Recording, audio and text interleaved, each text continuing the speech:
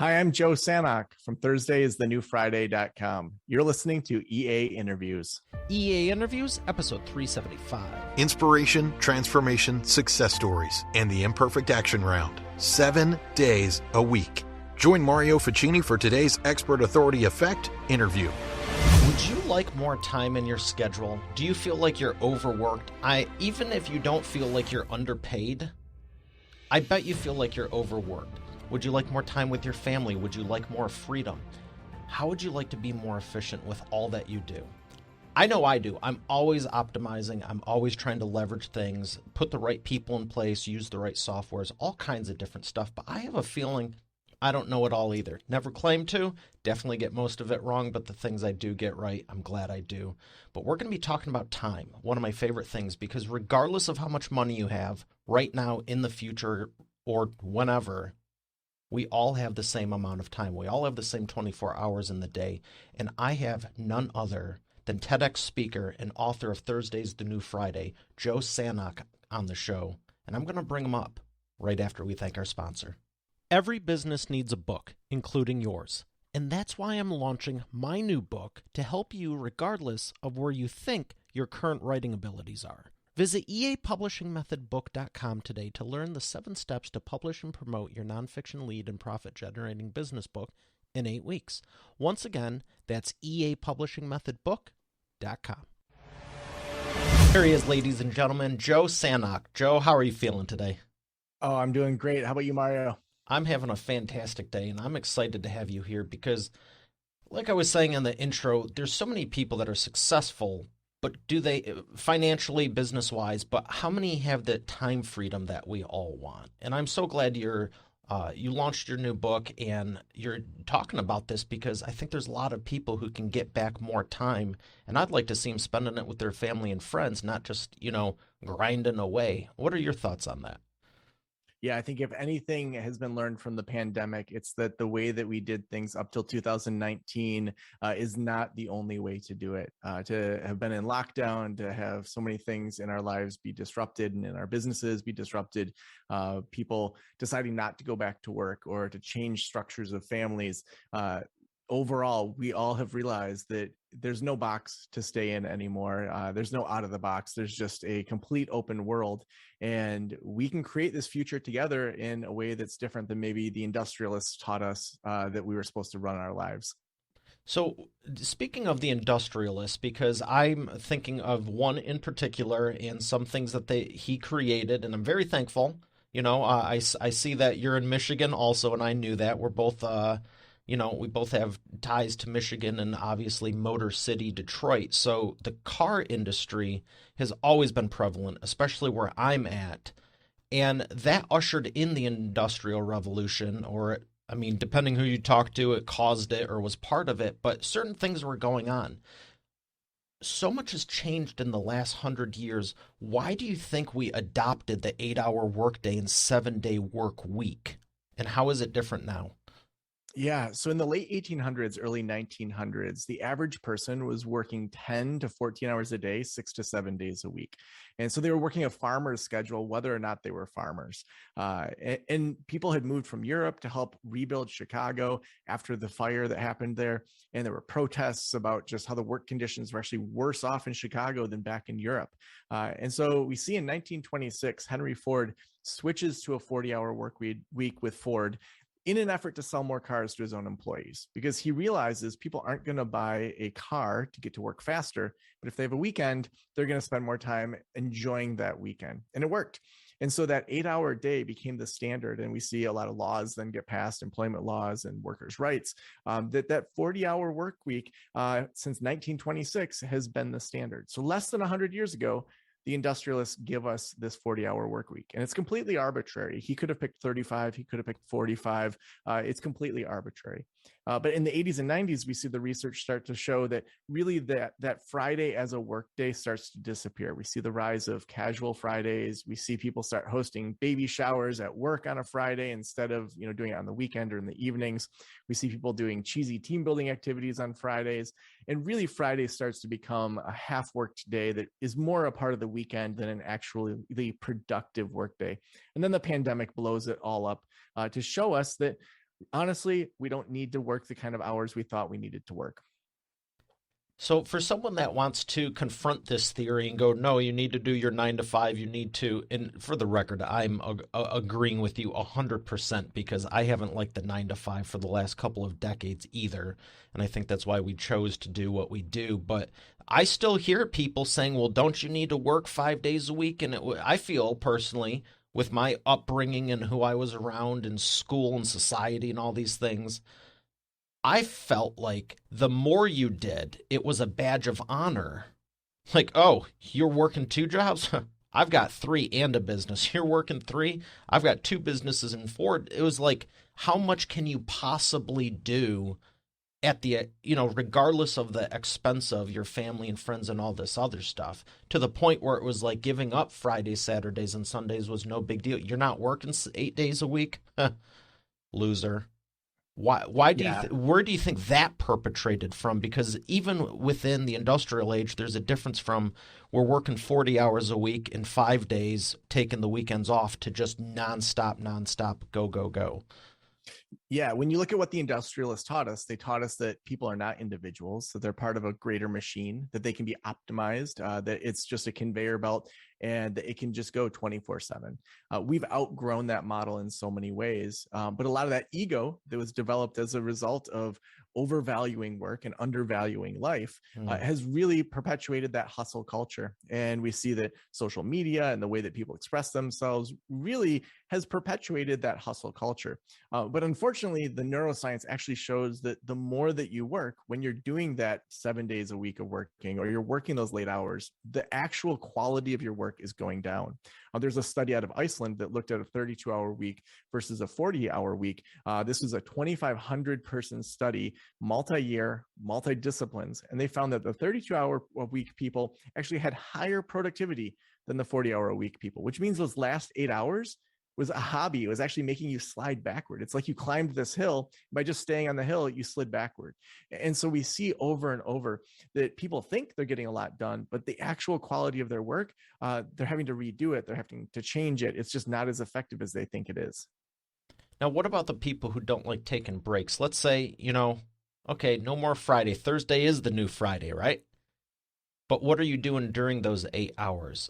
Is there studies that show, you're better off going 4 hours and taking a break, 2 hours, 1 hour? Because I also know there's that, take your 15-minute break. I almost said something, but there's different variations of what people believe is the best way to do it. What does the science and studies tell us? Yeah, the big switch that we're seeing is the industrialists taught us here's the one size fits all. We're going to squeeze people into that size, whether or not that actually works. The new model is saying we're going to test, we're going to experiment, we're going to change within each industry to see what works. Almost like how artificial intelligence gets smarter over time, that we see that in the industries. And so one industry may find that they need to have a 1 minute break every hour and then a longer 60-minute break. Another industry may say we're going to do 10-minute sprints. And so what we're seeing is that actually knowing your sprint type, knowing how you best work, and then applying that in small samples of experiments is one of the most effective ways. The University of Illinois actually looked at something called vigilance decrement. So vigilance, how well you pay attention to something, decrement meaning that it goes down over time. And so the idea is when you're doing a very boring task, you're going to do it worse at the end of your time than you do at the beginning. But they actually discovered that if you take a 1 minute break every 20 minutes, it completely eliminates vigilance decrement. Wow. It's reminding me of the law of diminishing returns. It's like, if you're going, oh, we'll just push through it. I don't like doing it, and it's been a couple of years. I kind of figured it out just from doing stuff. It was like, don't touch it after this point. You don't care anymore. You've done your best, and often it would break things. Well, yeah, I mean, Parkinson's law tells us that work expands to the time given. We've all experienced this, maybe in college when you realized you had a paper due the next day that you hadn't even started. You got that paper done. Maybe it wasn't your best quality work, but that B minus helped you pass the class. In the same way, we often overthink things. There's always this tension between accuracy and speed. There's things that I want to be accurate. If I go have surgery, I want to make sure that my doctor, that she spends as much time as she needs to making sure she's accurate. But in most of the business world and life world, moving on it, actually having that ability to move on things before you should, is going to give you that feedback loop. It's going to allow you to test and change and switch things up. And so speed more than accuracy is usually what we need to value to be able to get more done, but then to get that feedback back to us and to not stress over it more than we really should. For someone who goes, okay, I'm wrapping my head around this. They've been working 10, 20, 30, 40 years, and they might be struggling with this concept, but they want to do it. They want that more freedom. They want more time. What would you say is a first step they should take to go, okay, you want to implement this? Do this, and then this. Yeah, if we're looking at just very small steps in the right direction, the first thing people can do is look at their coming weekend, whether or not they have a 3-day weekend or a 2-day or 1 day, and to say, I want to add one thing and remove one thing. Add one thing and remove one thing. So what do I mean by that? So we're adding one thing in that we think is going to give us a good return on investment for our time. So for example, there's a book that's been on my nightstand, and it's not a business book. It's not anything that gives me money value. It's just a book I've wanted to read. I'm going to give myself permission this weekend to make a cup of green tea, go read that book for an hour. And then we're going to remove something. It may be that we decide we're going to outsource some lawn work to the neighbor kid. It may be that we're going to pay to have the groceries delivered this weekend instead of, going to the shopping store and spending half of a Saturday there. Or it may be that maybe you've scheduled a coffee with a friend, and every time you leave that coffee, you feel like trash. They're just like a toxic friend. You're too old to have toxic friends. You can cancel that coffee date with that person. So remove something from your schedule that's going to allow you to free up some of that energy and some of those emotions. Now, if you take that experimental mindset, what you're doing is you're saying, I'm going to add something in and just observe if that preps me differently for my week than if I hadn't done that. I'm going to remove something and I'm going to observe that. Because usually the way that we enter our weekend is that it's in reaction to the previous week. That we've spent the whole week just going full tilt. We get to the weekend, we oversleep, we overdrink, we don't exercise, we might socialize with some people, and then we're burned out from the weekend and we go into our next work week. We want to flip that, say, how do I slow down first to prep my brain to do the very best work in the next week forward? So it's in preparation instead of reaction. That is awesome. And one of the things I started doing years ago was at the beginning of the day, front load it with all the high priorities, because as best as I've tried eliminating this, changing this around, there's always some random stuff that creeps in that halfway through the day, and by the end of the day, it's like, have you ever felt that where you're like, what am I supposed to be doing at this point? Yeah. And that's where the neuroscience is really showing us some techniques that can fast forward what we get done in a day. So for example, every Thursday, I was writing. Thursday is the new Friday. That was the book writing day. And so some of the things that the science was showing me as I was writing the book was, first, we want to protect our brain. And so in those mornings, I never checked email before I started writing. I never checked my texts. I never read the news, even though at that time there was a lot going on in the middle of the pandemic as I was writing this. I had that temptation where I wanted to click on the news and know what was going on, but I didn't. So I protected my brain. Then we can set up an environment for different tasks. So when I was writing, I had different lighting in my office. I moved my chair to a different spot. I had a different playlist I listened to on headphones that I only used for that writing. So that allowed my brain to know, okay, this environment right here, this is going to drop me into flow state because I'm safe. I know this is the writing environment. Whereas for podcasting, I have different lighting. I stand somewhere else. Doing those things that produce habits for your brain tricks your brain to jump into different things. For example, even wearing this white shirt, this is my interview shirt that I've worn for over 200 media appearances around this book. I always wear this shirt. I've 2 of them. I make sure one's clean every day. That allows me to get in that habit of, this is interview time. And then your brain drops into flow state much faster by using some of these science hacks that really allow us to get more done in a shorter period of time. I love everything you're saying. And same with the vest, same with my lighting. But I'll tell you what, if you're trying to relax with the setup I have now, I'm calm, but for creative writing and just, that brainstorming ideas, same thing when I was writing my new book. It was like, I turn all this off, put the soothing lights on, put a little Lindsey Sterling violin, and just, let it go and see what comes out. That's vastly different than we're in go mode, we're in execution mode, and just, when I'm doing business, I like to wake up to go, what are the three biggest things that are going to give me the ultimate success today, and just execute on them. And it's like everything else will figure itself out. Love outsourcing stuff. Food deliveries, the lawn, everything you've talked about. I'm actually looking for someone to take out the trash too, so I'm working on that one because absolutely despise it. But like you're saying, it's all these little things that it reminds me of the analogy of that. It's that jar with the rocks and the sand. It's like most people fill it up with sand, then they go, oh, I don't have time for the big rock. When it's like, put that in there first, and who cares if the rest doesn't make it? It's not a game changer or needle mover to begin with. Now, you were talking about the different industries. What about the different times? I want to address the morning people versus the night owls. Yeah, so that goes back to the experimentation to really figure out for you personally, when is your time that you can just execute things. For me, from 9:30 a.m. till noon, that's my sweet spot where I have my most creativity, my most energy for really the types of things that I need to use my brain for. So I preserve that time for new projects, for things that I need to sort through with my team. Whereas interviews, that's really easy for me. So if I have an afternoon interview, I can show up and just do interview after interview. And so understanding our biorhythms, understanding the ways that our brain works, and then aligning that with healthy habits, all of that optimizes our brain through slowing down, through allowing us to do better work, to think differently. Because the science shows us that when we're stressed out, when we're maxed out, that's not when we try new things. It's really when we allow our brains to slow down that's where the new ideas come from. And we know this intuitively. We talk about, oh, I had this shower moment where I just totally solved all of these things, or I went for a hike.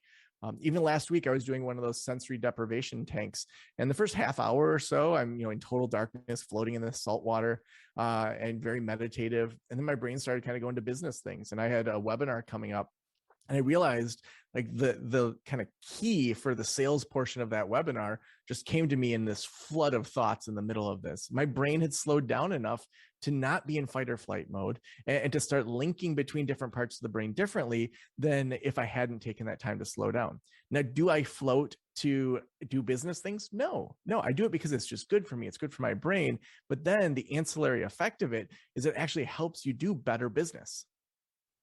I love that. And yeah, for me, it's jump in the shower or cook something. And it's like you'll be sitting there stirring some sauce or whatever the case is. It's like, oh my gosh, the 7 things I was thinking about just instantly, and then the other, the flip of the coin, the other side of the coin, the flip side of the coin is, I even said in my book, you can be staring at the screen, but unless you do something, that's exactly what I was doing. You can sit there and just be like, oh, I'm working. No, you're not. Walk away. Just do something more productive.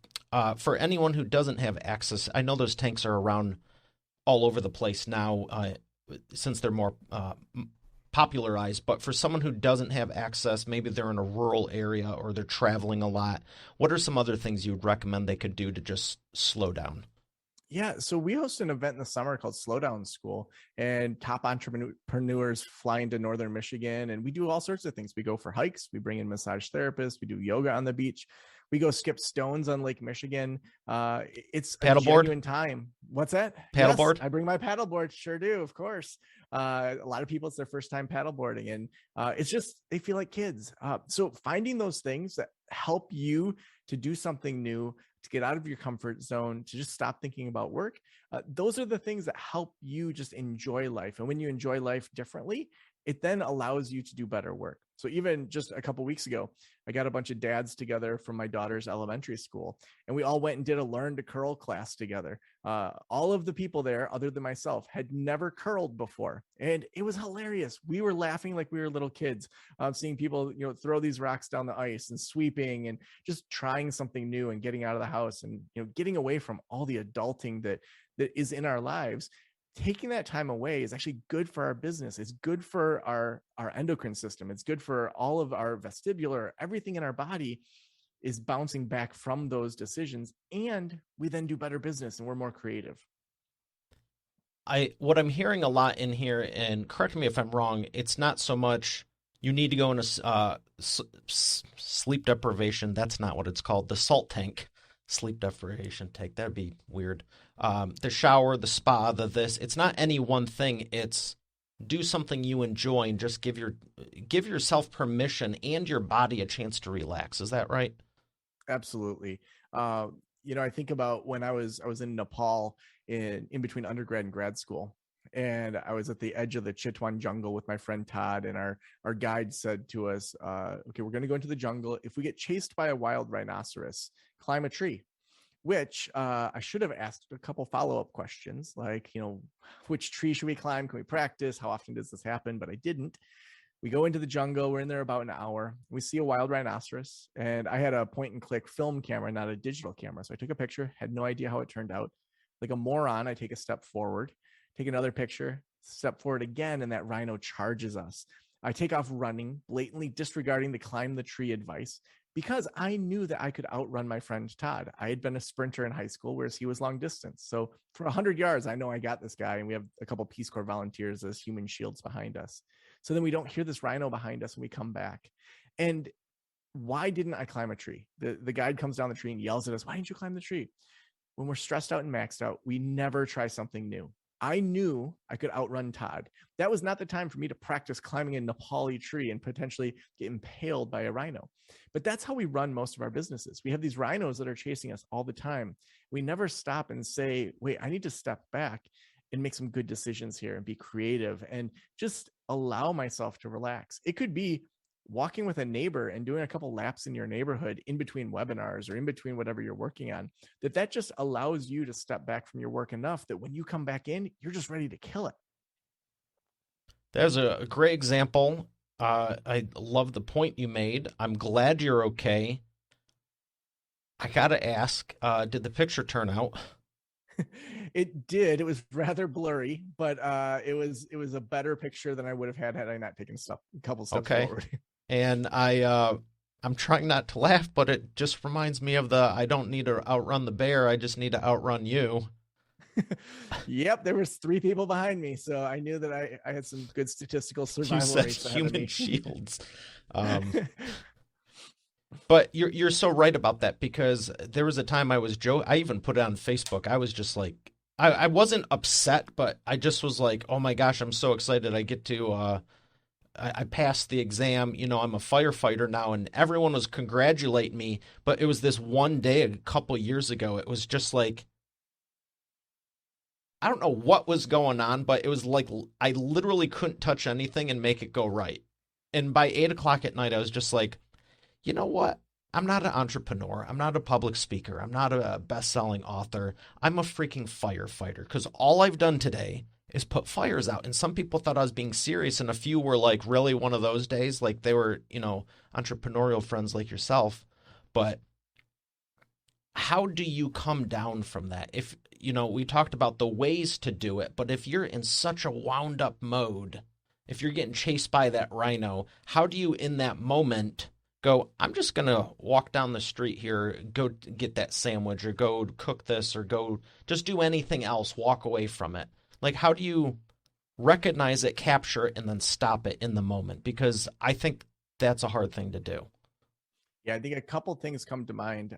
For one, most of what we do in business or in our work are self-imposed limits. So we've got a webinar on Monday. I've got to get these slides done. You scheduled the webinar. You said you needed to have these slides done by Monday. You're the one that's stressing out about it. Most of what we stress out about are self-imposed if we're in the entrepreneurial world. So I would start with, you did this to yourself. Like, you can step back. And even if you have to cancel that webinar on Monday, that's okay. The world's not going to fall apart. So let's start with that. Second, Michael Singer is an author. He wrote The Untethered Soul, and he has a number of other books and trainings. And he talks about kind of the Buddhist concept of clinging and attachment, and just thinking about butterflies and snakes. He talks about these two ideas, and the idea that you see a beautiful butterfly, and the rest of your life, you try to chase and find that butterfly again. You're attached to, my happiness has to come if this happens, if I see that butterfly. Or on the other side, we were once, scared by a snake as a child. So we now avoid snakes, but we also avoid anything that reminds us of them. Ropes, extension cords, Christmas lights, all these things that we now step away from because they cause this pain inside of us. And Michael Singer talks about how, when we recognize that, when we can step back and say, we're saying our happiness is being defined by these things that I want or these things that I avoid, we're creating our own unhappiness. And I would actually challenge most people to say, we do that in business all the time. If I don't hit these marks, I'm not going to be happy. I mean, I realized I was doing that in the middle of my book launch. I wanted a New York Times bestselling status book within the first week of launch. Who wouldn't want that? That was my goal.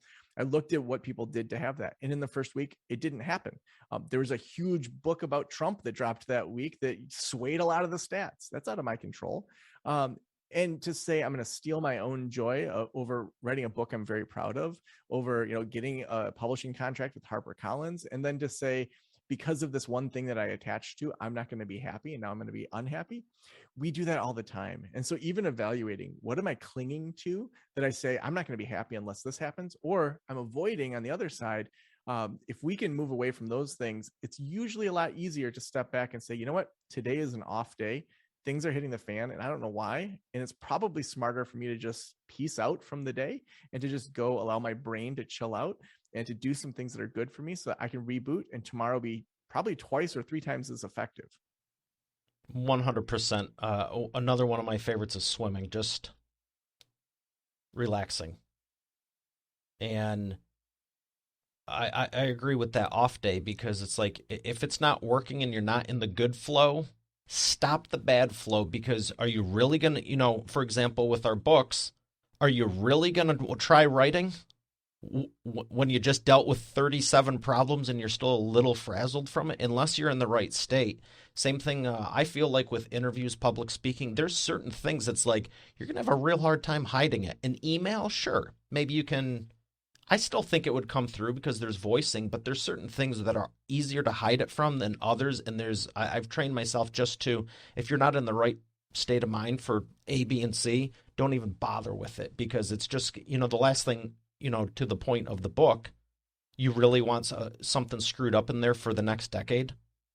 Right. And I feel like sometimes when you have those off days or days that it doesn't feel like it's clicking, maybe you don't just say, I'm going to quit and not work at all today. But maybe you say, what would give me some joy here? Where can I follow my curiosity? So there were days that the writing wasn't flowing for me. And so I sketched out on my whiteboard, okay, here's what I'm going to cover in this chapter. And then I just asked myself, what questions do I have? And I fell down some YouTube rabbit holes, and that was okay. I gave myself permission to say, I'm really interested in it's why research. We have the 40. Yeah.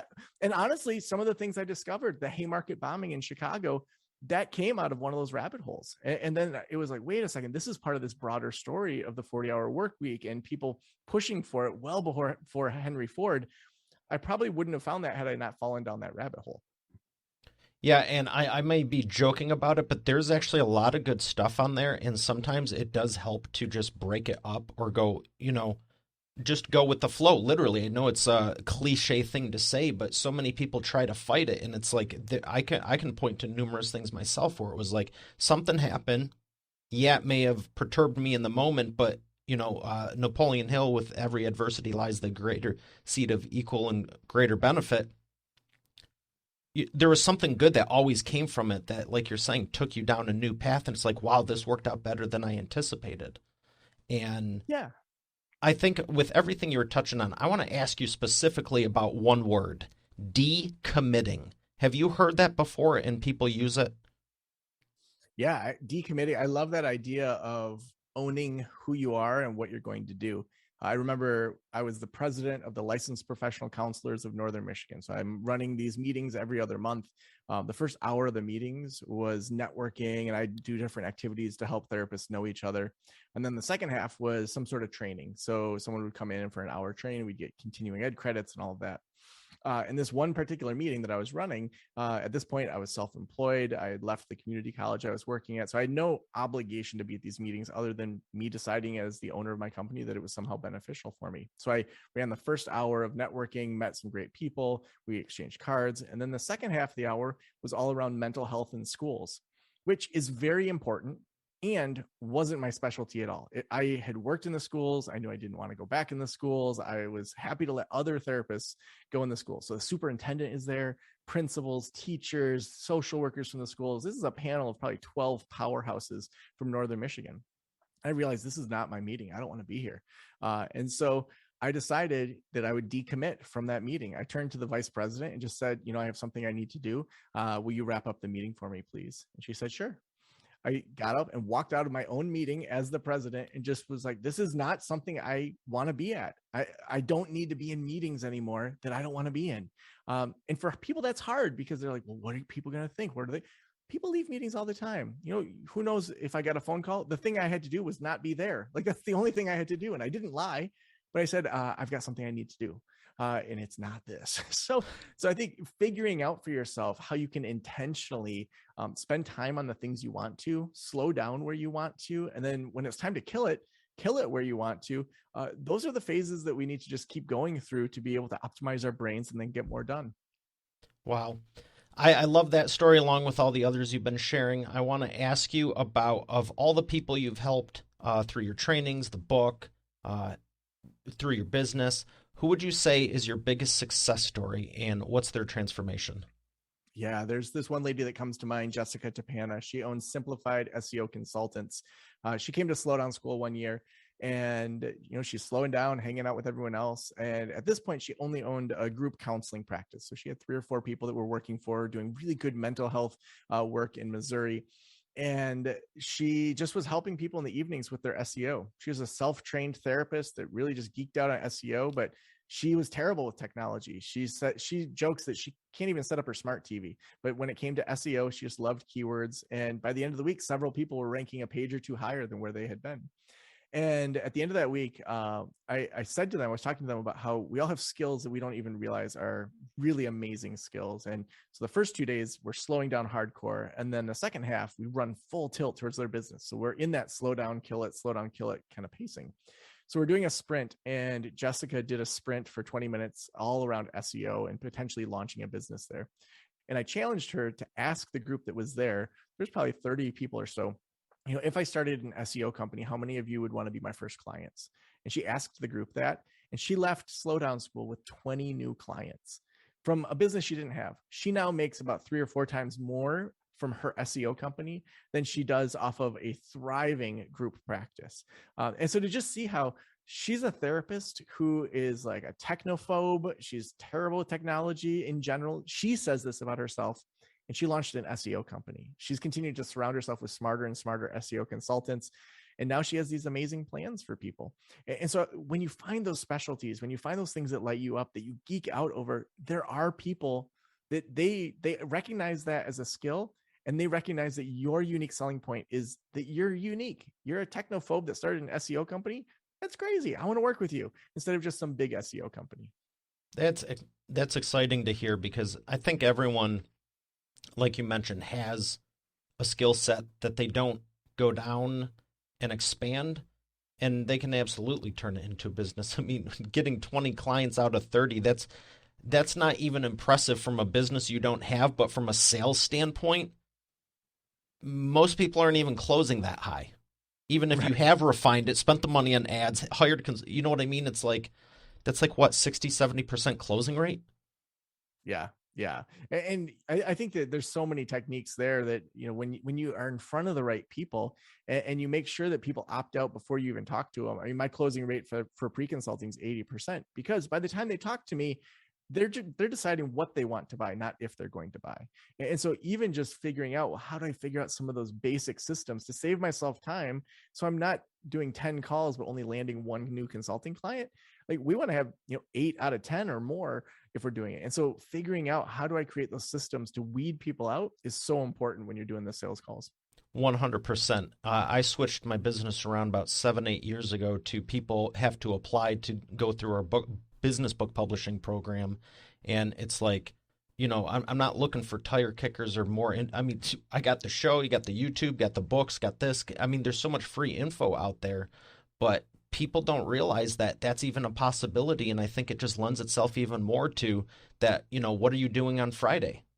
If you, I do 100 calls a day. How effectively, though?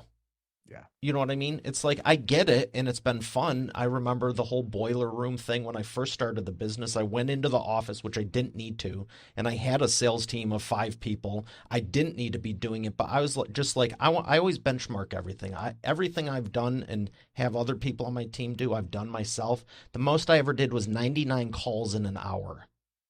And how effective was it? We ended up getting a client, and with the 6 of us collectively. But is it as good now? But is it as good as it is now? No, it was nowhere near it. But I had to reframe it like we're talking about, and go, hey, there might be a better way to do it.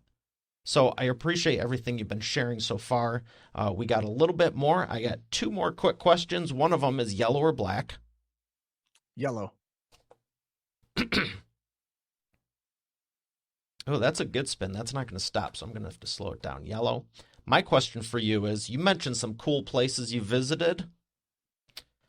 Where would you like to travel to next, and what's the next big thing that's freaking you out or scaring you a little bit that you want to achieve? Ooh. Next place to visit is Petra in Jordan. I would love to go to that ancient city. Just looks beautiful and amazing. So that's definitely next on the bucket list, or pretty close to next.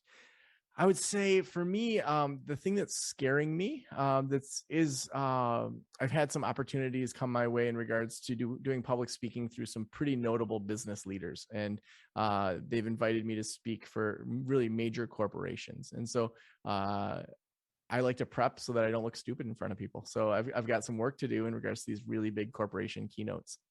You'll do fine, and congrats on the opportunity. But I know the feeling. It's every time you go up to that next level, it's like, oh my gosh, you do the prep work and it gets rid of it. But at the same time, if it's new to you, it's new to you.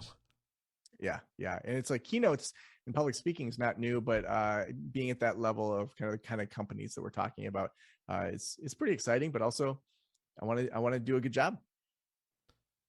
Well, appreciate everything you've shared, and we're going to thank our sponsor and come back for the Imperfect Action Round.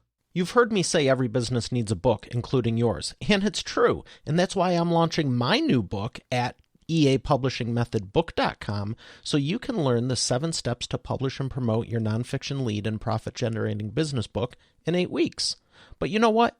Don't take my word for it. Take it from a few of my authors, like Lori. And I went from having an idea and a possibility to actually getting my book published. Or Catherine. Thank you for making my mom #1 best-selling author. Or Mary Alice. What he got done for me in 3 days regarding my book launch, unmanageable. John Cody. I've worked with Mario over the phone and online, and he's been very helpful in getting me where I needed to go with promoting my books. Rocio. There's no way in the world I would have been able to do this with somebody else. I've attempted it in the past. It didn't serve me. As a matter of fact, I ended up more frustrated than anything. So this has been a very seamless process. Adele. If you're looking for an amazing business coach, I highly recommend Mario Ficini. Or Bill Benner. I can't make a higher recommendation than to work with Mario Ficini. He has been great for me, and right now I won't work with anybody else except for Mario. Hey, their words, not mine. Visit eapublishingmethodbook.com to get your copy, and I look forward to hearing your transformation as our next video success story. Once again, that's eapublishingmethodbook.com. And we are back with the Imperfect Action Round. Joe, are you ready to take imperfect action? I'm ready. Let's do it. The first question I have for you, 60-second or less answer, is what is the fastest path to the profits? The fastest path to the profits is slowing down. So to first optimize your brain, allow it to slow down, and then have those creative solutions. Then I would say ask your own audience what it is that they wish you would create. Excellent. Number 2, what is the biggest problem you see your prospects making and the fastest way for them to fix it? Yeah, I see so many of my prospects and potential clients starting with the product. And I would actually say you want to start with the audience building, that you want to find that niche, find that audience, and then they'll tell you what product they want instead of building that perfect e-course and then squeezing everyone into it. Start with just audience building, understanding their pain and the transformation they want. And then the products will launch themselves. That is such sound advice. I remember one time there was someone I was talking to, and it's like, you know what? Do you think McDonald's is a good opportunity? He goes, yeah, but not if you're a vegan. You know, jamming someone into something they don't want, probably an uphill battle. So thank you for sharing that. Last but not least, what is the best way to maximize customer lifetime value? I would say always have an upsell and a downsell. There's people that they want to move faster and they're willing to pay for that. And there's people that they want to bootstrap and they don't want to be sold into a high-end product and they just want to put in the extra time. And so to be able to meet people where they're at and to genuinely be able to say, we have enough people that are applying at every phase of business. We just want to pair you up with the thing that matches your price point and the speed that you want to go. That then builds that trust to allow people to make the decision, do I want to pay more and move fast and have a lot of hand holding? Or do I want to go maybe a little slower or have to bootstrap it, but then save a bunch of money? That then allows people to decide for themselves the journey that they want to take. I have to admit, that is the best, not only answer to the question, and thank you for that for the show, but that is in over a decade the best answer I've heard, an explanation of the upsell and the invisible downsell. Oh, well, thank you. I feel like we try to just at every level have something for people that makes sense for their price point. I can feel it. I can tell you genuinely that's how you feel about it. That has not been my experience in the other 99 plus, 100 plus instances. So thank you for that personally, and I hope everyone listening jots that down. I'm for sure going to listen to that again. One of the reasons I love helping people publish business books is because of all the information and education they can gain. I know in addition to publishing your book, you've also read a lot. What are some of the books that have helped you in business the most? I would say The One Thing takes the cake usually. I would say that's an amazing business book. I would say The War of Art helps from a creativity standpoint. I would say Michael Singer's The Untethered Soul and also the book Awareness by DeMello. Those two are just great from a personal standpoint so that you're approaching your business from a grounded standpoint instead of just a make money standpoint. And then I would just say that, you know, your own intuitive, just whether that's meditation or taking that time away, you have a lot to offer the world. And so listening to your own inner story and inner book, I would say as well. And I will say Thursday is the new Friday. If you haven't picked up on that, pick up on it now and pick up a copy. Joe, thank you so much. Where would you like people to learn more? Sure. They can go to joesanok.com. We have more about the book. Also, people are submitting their experiments there. Also, if you go to joesanok.com/quiz, we have a assessment on your 3 internal inclinations that we talk about in the book. Usually we charge $49 for that assessment, but we're offering it for free to your audience if they just use the code TITNF. So Thursday is the new Friday, that acronym, and they can get free access to that there. Well, thank you for making that available. I'll make sure it's in the show notes on eainterviews.com. Joe, it's been an absolute pleasure. Good seeing you again, and I've really enjoyed this. Mario, thank you so much. All right, Expert Authority World, we have another great episode here today. I'll see you tomorrow. Have a great day, and God bless. You're already the expert, but have you transformed your expertise into a tangible asset that will generate qualified leads while increasing profit for you 24/7? And if so, how well are you promoting it? With my new book, The Expert Authority Effect Publishing Method, I take you through my process step by step. Visit eapublishingmethodbook.com today to learn the 7 steps to publish and promote your nonfiction lead and profit-generating business book in 8 weeks. Visit eapublishingmethodbook.com to get started now. Once again, that's eapublishingmethodbook.com. Thanks for listening to today's episode. I would love to know what you enjoyed most from it. If you haven't done so already, I invite you to connect with me on my new LinkedIn. You can go to it directly at eainterviews.com/LinkedIn. Once again, that's eainterviews.com/LinkedIn. Lastly, check out the full eainterviews.com site for complete show notes, the full interview video experience, links to the resources we mentioned, and more. Have a blessed day, and I'll see you on the next one.